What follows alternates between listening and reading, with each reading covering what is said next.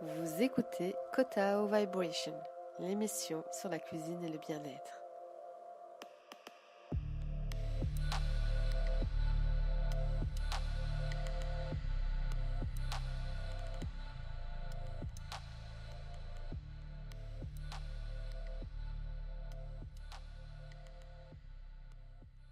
Bonjour Baldwin. Bonjour Anan. Alors Baldwin, tu es coach en alimentation, c'est bien ça? Oui, Et tu vas nous parler de cuisine. absolument Anan. Et toi, tu es praticienne en Reiki et tu vas nous parler de bien-être. Voilà, tout à fait. Bonjour tout le monde. Bonjour à tous. Alors bienvenue sur Kotao Cuisine et Bien-être. Alors cette émission Baldwin, tu vas nous parler de 2 recettes. Tu peux nous en dire plus? Ben oui, ce sera une salade de pâtes au citron confit, poivron grillé et feta et la recette du poulet tandoori. Et alors nous allons aborder 2 ingrédients, le citron et le curcuma que tu vas utiliser dans tes recettes, et nous allons analyser leur apport bien-être. Absolument Anan. Ensuite, nous allons parler de l'hydrothérapie, notre soin bien-être à la une. Oui. Et enfin, nous parlerons de l'orthorexie, notre insolite de cette émission. Alors l'orthorexie, tu vas pouvoir nous expliquer un peu ce que c'est, parce que c'est derrière ce mot, moi, je ne sais pas ce qu'il y a. Hein. Voir en fin d'émission. D'accord. Alors, Baldwin, tu peux nous expliquer un peu ta salade de pâtes au citron confit, poivron grillé et feta qui m'a l'air d'un délice. Ah oui, c'est une recette qui est assez fraîche, qui rafraîchit vraiment le palais. Donc, ben, le soleil est un peu timide cette semaine. Ça, je ne peux pas dire. C'est pour ça que je vais vous proposer une recette qui va vous rappeler le soleil et les vacances. Alors, pour 6 personnes, voici les ingrédients. 500 grammes de pâtes de type penne ou macaroni. Macaroni, c'est des gros macaronis striés. 2 citrons confits dans l'huile, 300 grammes de poivrons grillés. Alors, prenez les jaunes, rouges et verts. C'est beaucoup plus sympa dans l'assiette. Et beaucoup plus coloré aussi. C'est bien sympa, ça attire. Voilà, et puis c'est bon, hein.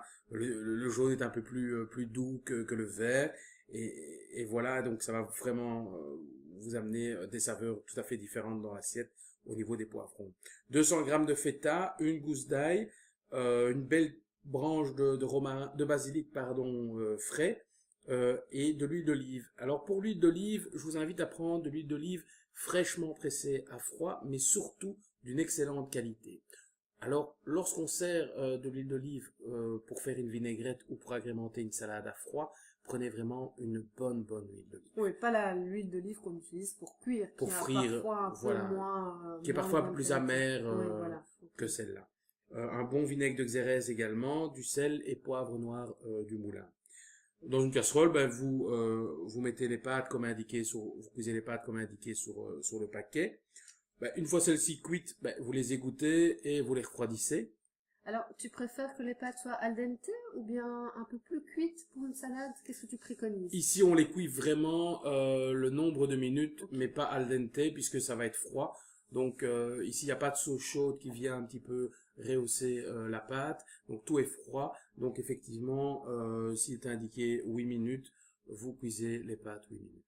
Mais vous les refroidissez pour qu'elles surcuisent, bien sûr.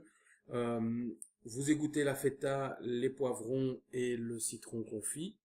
Une fois que ceux-ci sont bien débarrassés de l'eau pour la feta et de l'huile pour le citron confit et, et le poivron grillé, vous détaillez en petits dés les poivrons et le citron confit. Vous hachez finement l'ail et dans une poêle, vous faites revenir l'ail, les poivrons et le citron confit coupé dans un tout petit peu d'huile d'olive pendant 2 à 4 minutes maximum. Dans un grand saladier, vous allez faire la vinaigrette. Donc vous mettez 2 à 3 cuillères de vinaigre de xérès, salé, poivré. Vous mettez 4 cuillères environ de l'huile d'olive, première pression à froid de qualité. Et vous prenez un fouet et vous mélangez très bien pour émulsionner celle-ci afin que ce soit bien homogène. Vous goûtez bien sûr, vous rectifiez si besoin est. Et ensuite, vous incorporez tous les ingrédients, c'est-à-dire les pâtes, la feta émiettée, les poivrons et le citron coupé en dés, et bien entendu l'ail qui se trouvait dans la poêle. Ensuite, vous mélangez le tout bien pour que tout soit bien homogène. Une fois que c'est terminé, ben, vous servez dans les assiettes et vous parsemez de quelques pluches de basilic. Et c'est un vrai régal. Vous servez ça avec un simple vin blanc sec ou un bon rosé pays. Ah, ça va vraiment être la petite salade que je vais préparer pour samedi.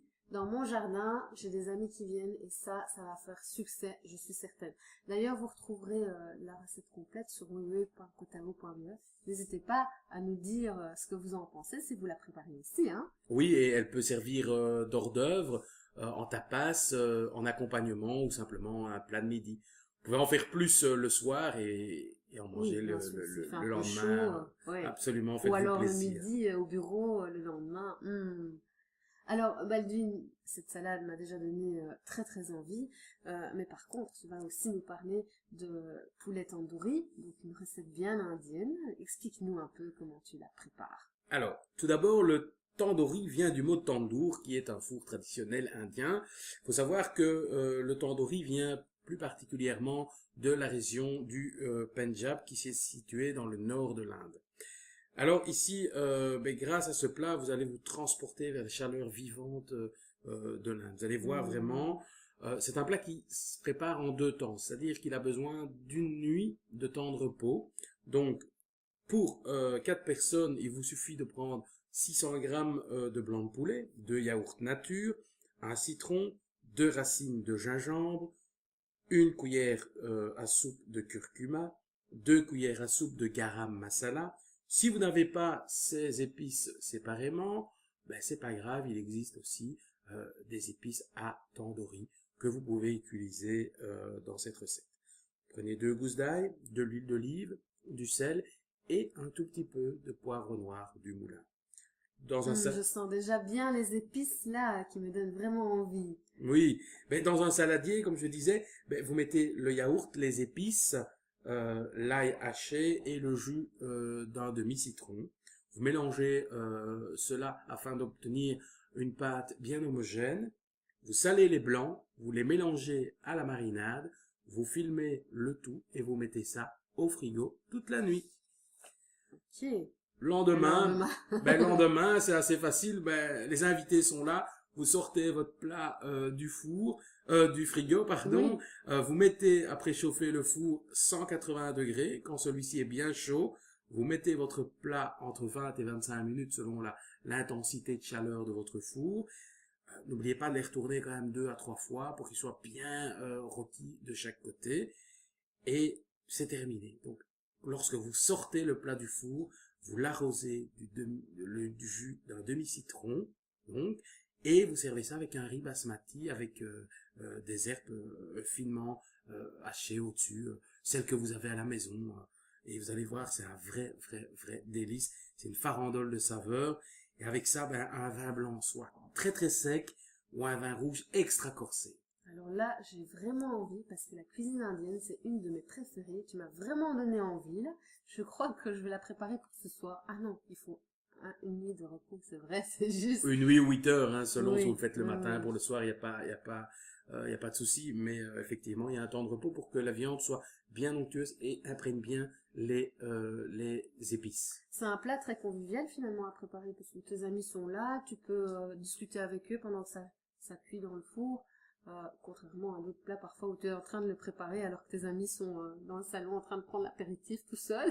Oui, et c'est plein de saveurs et ce n'est pas piquant. C'est beaucoup de saveurs au niveau des épices, mais ce n'est pas piquant du tout. D'accord, merci Baldwin. Alors maintenant nous allons passer à l'analyse bien-être donc de 2 ingrédients principaux que tu as cités dans tes recettes. Oui. Donc le citron et le curcuma.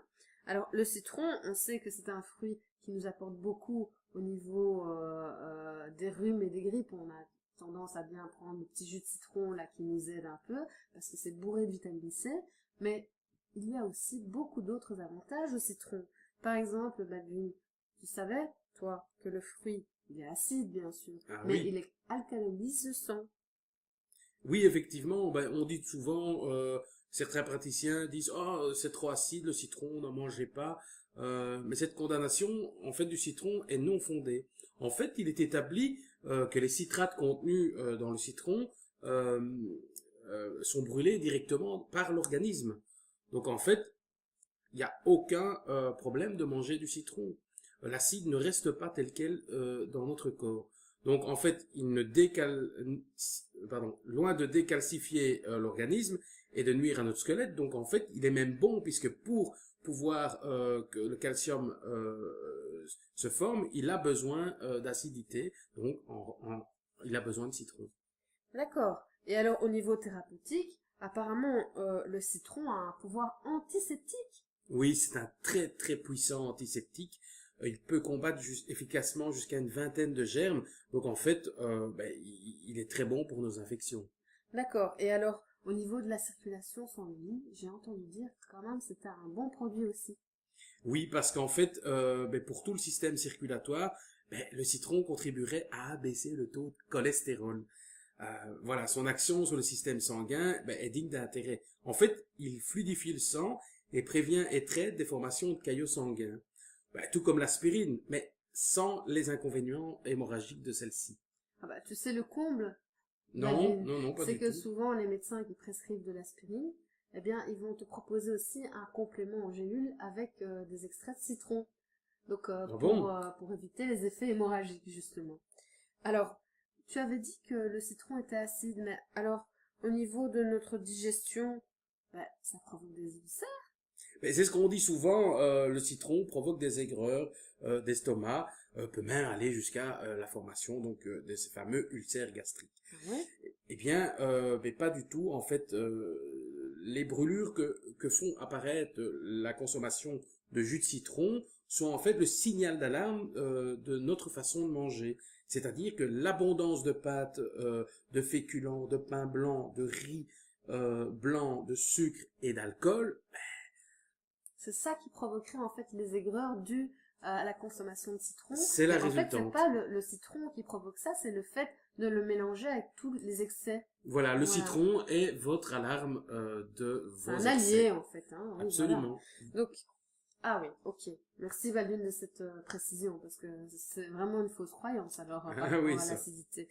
Donc, et le citron et la peau, apparemment il y a des vertus aussi là-bas. Ah, messieurs, mesdames, rien de tel que le citron pour rajeunir votre peau. Ben oui, celui-ci contribue à maintenir l'équilibre du pH de votre peau. Vous pouvez composer simplement un masque en mélangeant les proportions égales entre citron et miel, ou soigner une blessure avec quelques gouttes de citron pour évidemment aseptiser celle-ci. Ah, ça doit piquer. Oui, mais bon, quelques instants, hein. Et pour traiter l'eczéma, on peut le mélanger à de l'huile d'olive ou d'amande douce, si on préfère. Mais Anan, tu vas nous parler d'une vraie recette de grand-mère. Alors oui, parce que le citron, il a quand même beaucoup de vertus, comme vous l'avez vu. Alors moi, ce que je fais tous les matins, c'est que je prends un jus de citron que je presse dans de l'eau chaude. Alors, qu'est-ce que ça va provoquer?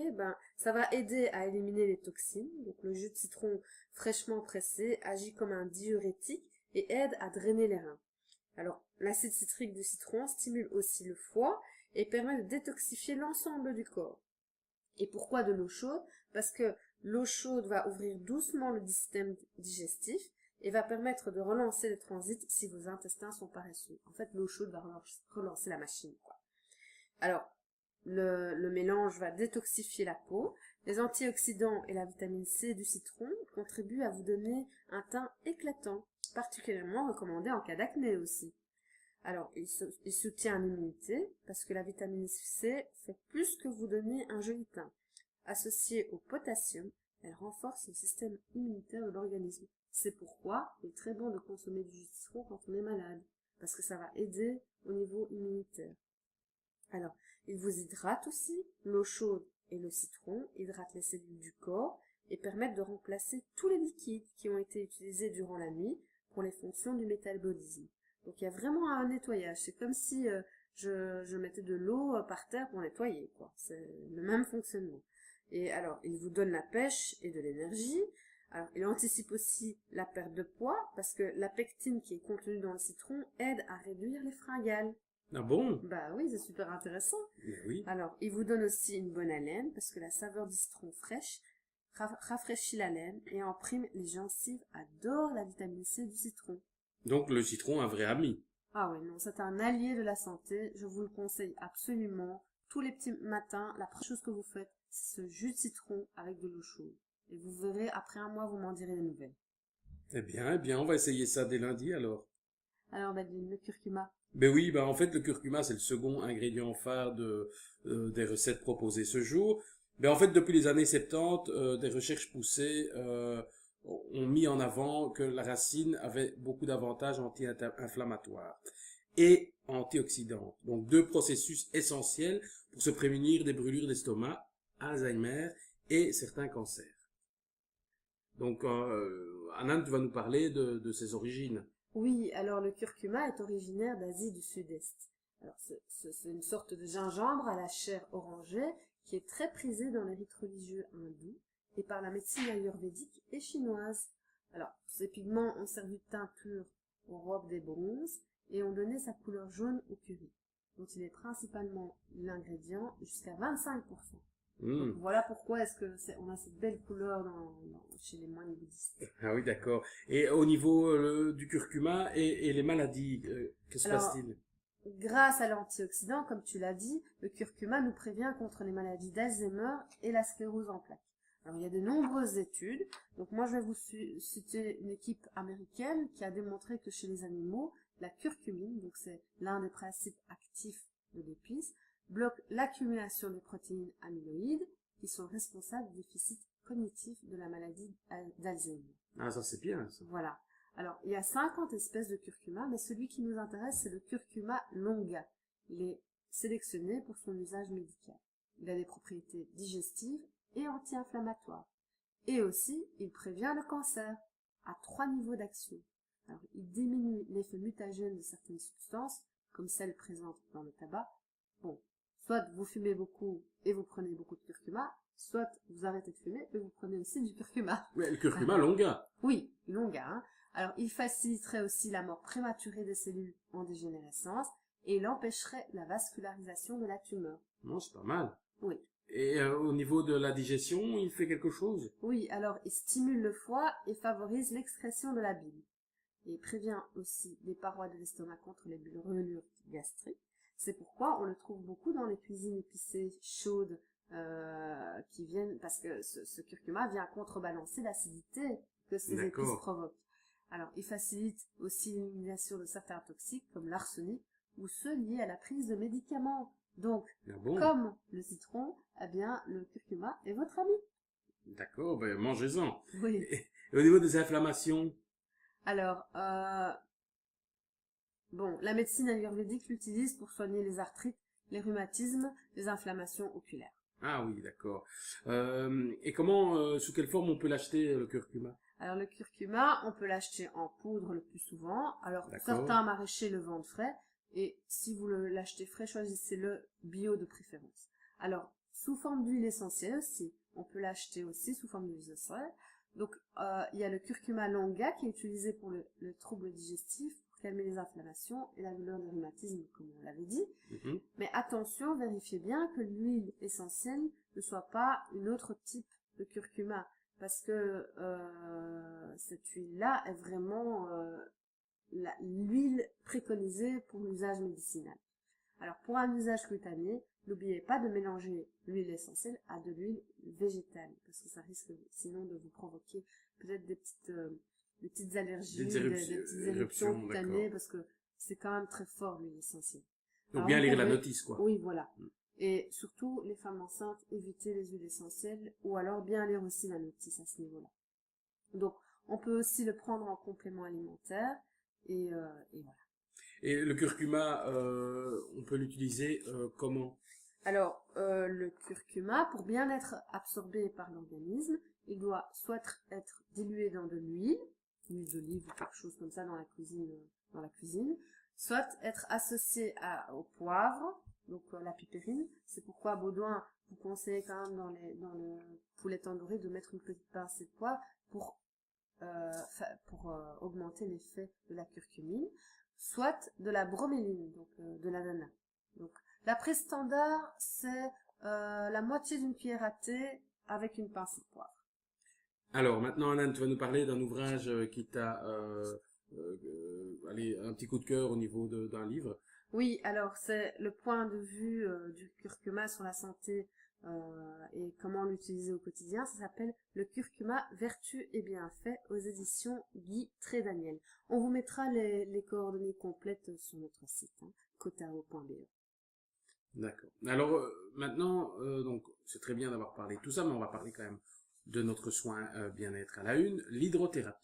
Oui, alors déjà dans l'Antiquité, on connaissait les bienfaits de l'eau sur notre santé. Donc, vous avez déjà entendu parler des thermes romains où on utilisait l'eau chaude et l'eau froide pour fortifier la résistance et la santé. Alors, l'hydrothérapie, c'est quoi? Eh bien, c'est une technique de décontraction thérapeutique dans l'eau qui vise le lâcher-prise. Et généralement, ça se passe dans une température proche de celle du corps. Alors c'est une technique qu'on utilise aussi notamment lors d'accouchement, parce que ça prépare bien la femme enceinte. Le bébé est accueilli dans un milieu qui ressemble au milieu duquel il est issu, donc ça se passe en douceur. Et au niveau du lâcher-prise, tu peux nous en expliquer un peu plus? Alors, le lâcher-prise, qu'est-ce que c'est? C'est un terme qu'on utilise beaucoup en thérapie, évidemment, hein. Donc c'est une complète décontraction, une relâche de la personne au niveau de son corps et de son esprit. C'est un total abandon pour s'ouvrir au monde. Alors, total abandon, on entend par là un bien-être dans lequel les barrières d'autoprotection psychologique inconsciente ne sont plus présentes. On n'a plus besoin de se protéger, on est Oui. tranquille. En fait, l'hydrothérapie, ça consiste en quoi?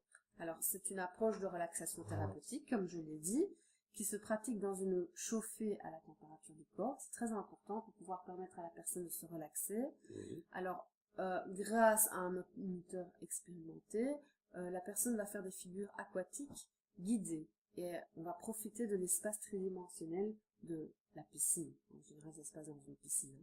Ça va permettre tout ça de se ralentir sa respiration dans un état de profonde décontraction et calmer son activité mentale. Donc, on est proche de l'état méditatif que tout le monde recherche pour l'instant. C'est fort d'actualité. C'est tout bon, hein. ça. Oui, la C'est méditation tout bon. à toutes les sauces. Vous en entendez parler à la radio, à la TV, etc., dans les journaux. Donc voilà, c'est une forme de méditation un peu guidée. Donc, il n'y a aucun effort particulier du participant, notamment grâce à la douceur fluide, à la chaleur de l'eau qui berce continuellement l'intégralité du corps et du visage. D'accord, mais c'est génial. Et c'est indiqué pour quoi, en fait? Alors, l'hydrothérapie aide pour prévenir et traiter le stress, pour les céphalées causées par les tensions, pour les migraines, alors pour les douleurs et tensions dans les muscles et les articulations, pour les maux de dos, pour le syndrome du côlon irritable. Alors, Ah bon? oui, il faut savoir que quelqu'un qui est touché par ce syndrome, s'il est stressé, il va avoir encore plus mal et plus de problèmes. Donc c'est important qu'il soit loin du stress. Alors en cas d'épuisement et de fatigue aussi, en cas de dépression, en cas d'insomnie, en cas de manque d'appétit, en cas de baisse de rendement, pour les difficultés à se relaxer, puisque c'est une étape de relaxation, Oui. pour les problèmes sexuels et en cas d'anxiété. Eh bien, à essayer cette Hydrothérapie. hydrothérapie. Hein. Alors Baldwin, à côté de ça, est-ce qu'on peut aussi boire l'eau, par exemple? Mais oui, on peut effectivement en boire, parce qu'il même. faut en boire 1,5 litre par jour au minimum. On parle d'eau, on parle pas de soda qui sont trop sucrés et qui mettent trop d'éléments. L'eau va vraiment vous permettre de drainer votre corps et d'éliminer donc les éventuelles impuretés, toxines, oui, etc. okay. Donc minimum 1,5 litre par jour pour l'intérieur. Donc vous allez soigner l'intérieur et l'extérieur avec l'hydrothérapie. C'est bon pour la peau aussi, hein, l'eau. Absolument. Ok, merci beaucoup Baldwin. Alors, pour l'insolite de cette émission, tu vas nous parler de l'orthorexie. Je le dis bien? Oui, c'est ça, c'est l'obsession de manger sain. D'accord, alors l'orthorexie apparemment est à la mode, puisqu'il s'agit d'un trouble du comportement alimentaire qui est lié au scandale alimentaire de ces dernières années. Alors, les gens sont un peu pris de panique devant leur assiette parce qu'ils ne savent plus s'ils peuvent manger ceci ou cela. On doit faire attention à cause des pesticides, à cause de ceci, à cause de cela. Donc, c'est une bonne chose de faire attention, mais peut-être pas quand c'est poussé à l'extrême, Badil. Ben oui, c'est ça, parce qu'en fait, l'orthorexique ne mange pas un fruit qui a été cueilli depuis plus de 10 minutes. Donc, je sais pas si on s'imagine, mais ça veut dire que à moins d'avoir un pommier dans son jardin, on n'en Ouais, mange c'est pas ça. quoi. Au niveau des pommes, au niveau des fraises, faut des fraisiers, donc c'est vraiment très compliqué pour eux. Donc ils contrôlent et trient en permanence son assiette. Il lit et relit les étiquettes par méfiance, passe 2 heures et demie, 3 heures de plus que nous dans nos supermarchés. Il refuse de manger ce qui n'a pas été préparé par ses soins, et il passe au moins 3 heures par jour à penser à son alimentation, car il planifie tous ses repas à l'avance. Mon Dieu, mais c'est vraiment une obsession. Oui, en fait, c'est une obsession d'une alimentation correcte. L'orthorexie ne rentre pas encore dans la catégorie officielle des troubles du comportement alimentaire, les TCA. Les TCA, tu veux dire, c'est la même chose que les boulimies, les anorexies Absolument. et d'autres... Ah, d'accord. Donc, vraiment lié à l'alimentaire. Ok.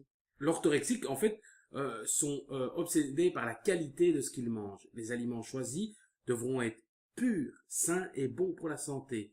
Jusque-là, c'est tout à fait normal, tout le monde pense comme ça.